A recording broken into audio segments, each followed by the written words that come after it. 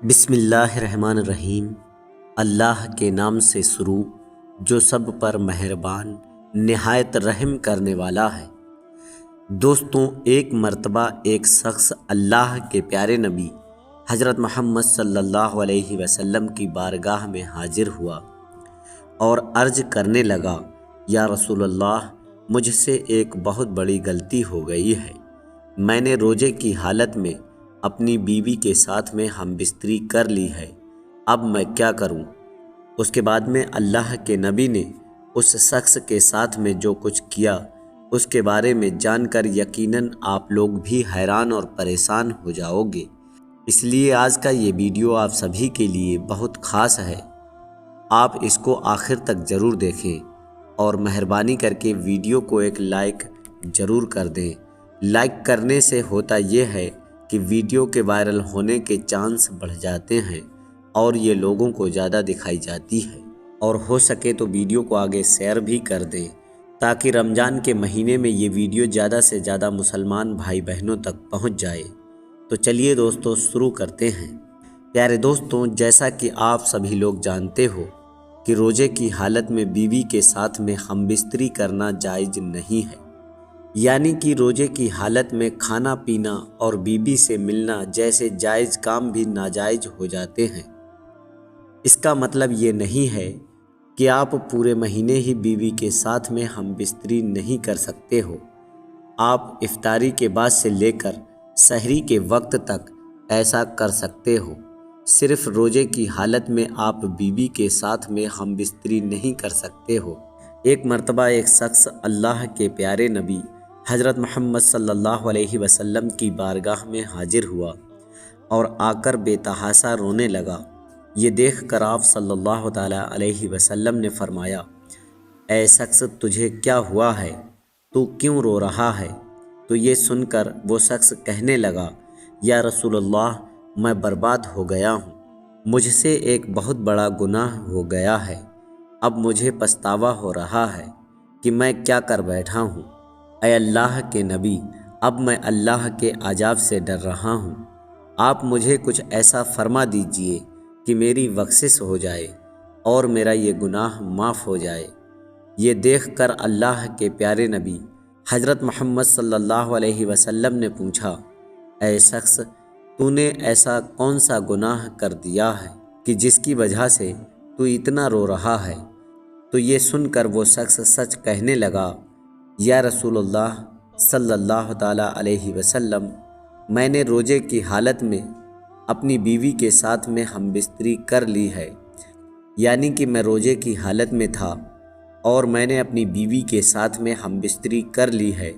تو یہ سن کر اللہ کے پیارے نبی صلی اللہ علیہ وسلم غمزدہ ہو گئے اور فرمانے لگے، اے شخص، تو نے یہ کیا کر دیا؟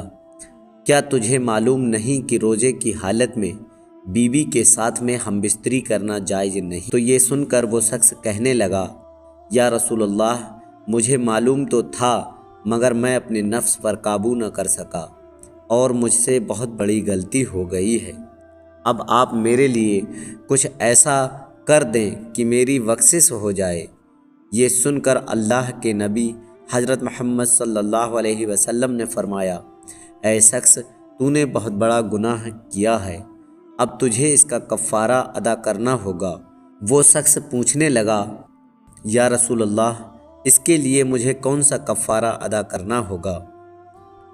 تو اللہ کے نبی صلی اللہ علیہ وسلم نے فرمایا، اے شخص، اس کے لیے تجھے ایک غلام کو آزاد کرنا ہوگا، یعنی کہ تم کسی ایک غلام کو خریدو اور تم اسے آزاد کر دو، تمہارے اس گناہ کا یہی کفارہ ہوگا۔ تو یہ سن کر وہ شخص حیران ہو اٹھا اور کہنے لگا، یا رسول اللہ صلی اللہ تعالیٰ علیہ وسلم، میں نے خود اپنی ساری زندگی لوگوں کی غلامی کرنے میں گزار دی ہے، مجھے تو خود کسی نے خرید کر آزاد کیا ہے، میں کس طرح سے کسی غلام کو خرید کر اسے آزاد کر سکتا ہوں؟ یا رسول اللہ، میرے پاس میں اتنا مال نہیں ہے کہ میں کسی غلام کو آزاد کرا سکوں۔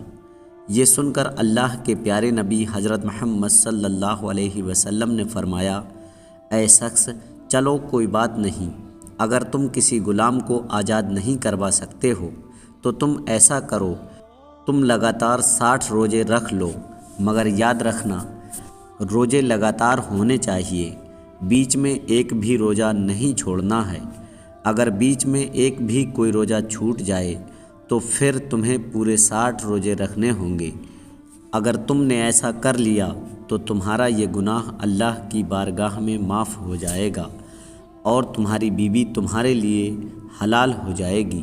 یہ سن کر وہ شخص پھر سے حیران ہو اٹھا اور کہنے لگا، یا رسول اللہ صلی اللہ علیہ وسلم، میرے ایک روزے کا یہ حال ہے کہ میں ایک دن بھی اپنے نفس پر قابو نہ کر سکا، تو میں لگاتار 60 روزے کیسے رکھ سکتا ہوں؟ اے اللہ کے نبی، میں یہ کام نہیں کر پاؤں گا، میرے اندر اتنی قوت نہیں ہے، میرے اندر اتنی طاقت نہیں ہے، اس لیے یا رسول اللہ آپ مجھے کچھ اور فرما دیجئے، مجھ سے یہ کام بھی نہیں ہوگا۔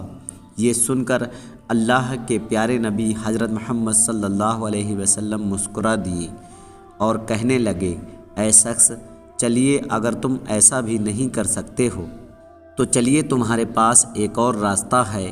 اگر تم کسی غلام کو آزاد نہیں کرا سکتے ہو، اگر تم لگاتار 60 روزے بھی نہیں رکھ سکتے ہو تو تم ایسا کرو، تم 60 مسکینوں کو یعنی کہ 60 غریب لوگوں کو پیٹ بھر کے کھانا کھلا دو، تو تمہارا یہ کفارہ ادا ہو جائے گا اور تمہاری بیوی تمہارے لیے حلال ہو جائے گی۔ یہ سن کر وہ شخص پھر سے عرض کرنے لگا، یا رسول اللہ صلی اللہ تعالیٰ علیہ وسلم، میرے گھر میں کھانے کو کچھ بھی نہیں ہے، ہماری حالت ایسی ہے کہ اگر ہمیں صبح کو کھانا مل جائے تو شام کو بھوکا سونا پڑتا ہے، اور شام کو کھانا مل جائے تو صبح کو بھوکا رہنا پڑتا ہے، میں 60 مسکینوں کو کیسے کھانا کھلا سکتا ہوں؟ یہ سن کر اللہ کے نبی صلی اللہ علیہ وسلم نے فرمایا، اے شخص، اگر تمہاری طاقت 60 مسکینوں کو ایک ساتھ کھانا کھلانے کی نہیں ہے تو تم ایسا کرو، 60 دنوں میں تم مسکینوں کو کھانا کھلا دو، پھر جا کر تم اپنی بیوی سے مل لو، مگر جب تک تم یاد رکھنا، جب تک تم 60 غریب لوگوں کو کھانا نہیں کھلا دیتے ہو تب تک تم اپنی بیوی کے پاس میں نہیں جا سکتے ہو۔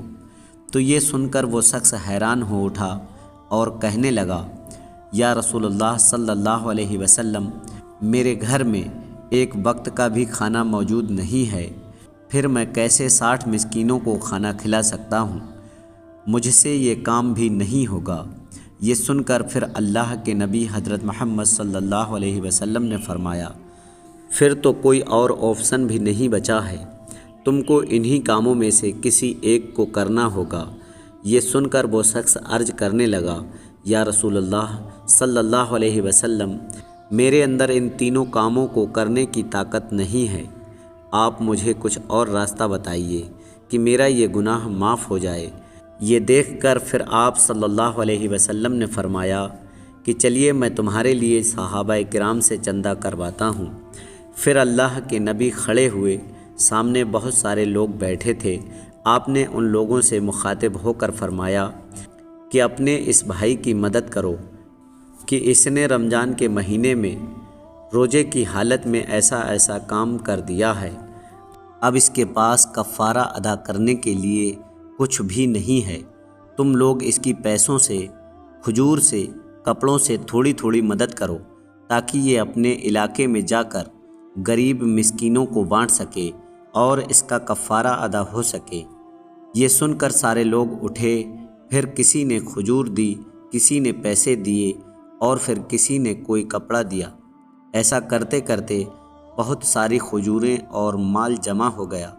یہ دیکھ کر پھر اللہ کے نبی صلی اللہ علیہ وسلم نے فرمایا، اے شخص، انہیں لے جاؤ، آپ اپنے قبیلے میں، اپنے علاقے میں جو جو غریب لوگ ہیں، جو جو مسکین لوگ ہیں، ان میں ان کو بانٹ دو، تمہارا گناہ معاف ہو جائے گا اور تمہاری بیوی تمہارے لیے حلال ہو جائے گی۔ یہ سن کر وہ شخص کہنے لگا، یا رسول اللہ صلی اللہ علیہ وسلم، کیا اسے میں غریبوں میں بانٹ دوں؟ اللہ کی قسم یا رسول اللہ، میرے پورے گاؤں میں، میرے پورے علاقے میں مجھ سے بڑا غریب کوئی بھی نہیں ہے۔ یہ سن کر صحابہ کرام رضی اللہ تعالیٰ عنہم کو ہنسی آ گئی، سارے لوگ ہنس پڑے اور اللہ کے نبی صلی اللہ علیہ وسلم بھی مسکرا دیے اور پھر کہنے لگے، اے شخص، اگر تمہارے علاقے میں تم سے بڑا کوئی غریب نہیں ہے تو پھر تم ایسا کرو، جاؤ اور تم ہی ان کو کھا لو اور اپنے بچوں کو کھلا دو، تمہارا کفارہ ادا ہو جائے گا، تمہاری بیوی تمہارے لیے حلال ہو جائے گی۔ تو دوستوں، اس طرح سے اسلام ہر بات کا راستہ نکالتا ہے، یعنی کہ اسلام میں ہر مسئلے کا حل موجود ہے۔ اس لیے تو کہتے ہیں کہ اسلام سب کے لیے ہے، امیر ہو یا غریب ہو، اسلام سب کے لیے برابر ہے، سب اسلام پر عمل کر سکتے ہیں، شریعت میں اسلام پر عمل کر کے جنت حاصل کر سکتے ہیں، اور امیر بھی اپنے دولت کا زکوٰۃ دے کر اور صدقہ دے کر دولت کا صحیح استعمال کر کے جنت حاصل کر سکتے ہیں۔ اس لیے تو اللہ تبارک و تعالیٰ نے ارشاد فرمایا ہے کہ جو کوئی اسلام کو چھوڑ کر دوسرا راستہ اختیار کرے گا تو اس کو کبھی معاف نہیں کیا جائے گا، کیونکہ اللہ نے اسلام میں جو خصوصیت رکھی ہے وہ کسی اور دھرم میں نہیں رکھی۔ اس لیے اسلام دھرم میں جنت کو پانا، غریب ہونا بہت ضروری ہے، مگر اسلام سب کے لیے ہے۔ اسلام میں امیر بھی عمل کر کے جنت پا سکتے ہیں، غریب بھی عمل کر کے جنت حاصل کر سکتے ہیں۔ پیارے دوستوں، آج کی ویڈیو میں اتنا ہی۔ امید ہے یہ ویڈیو آپ لوگوں کو پسند آیا ہوگا۔ ہم پھر ملتے ہیں کل ایک اور نئے ویڈیو کے ساتھ، تب تک کے لیے دعاؤں کی گزارش۔ اللہ حافظ۔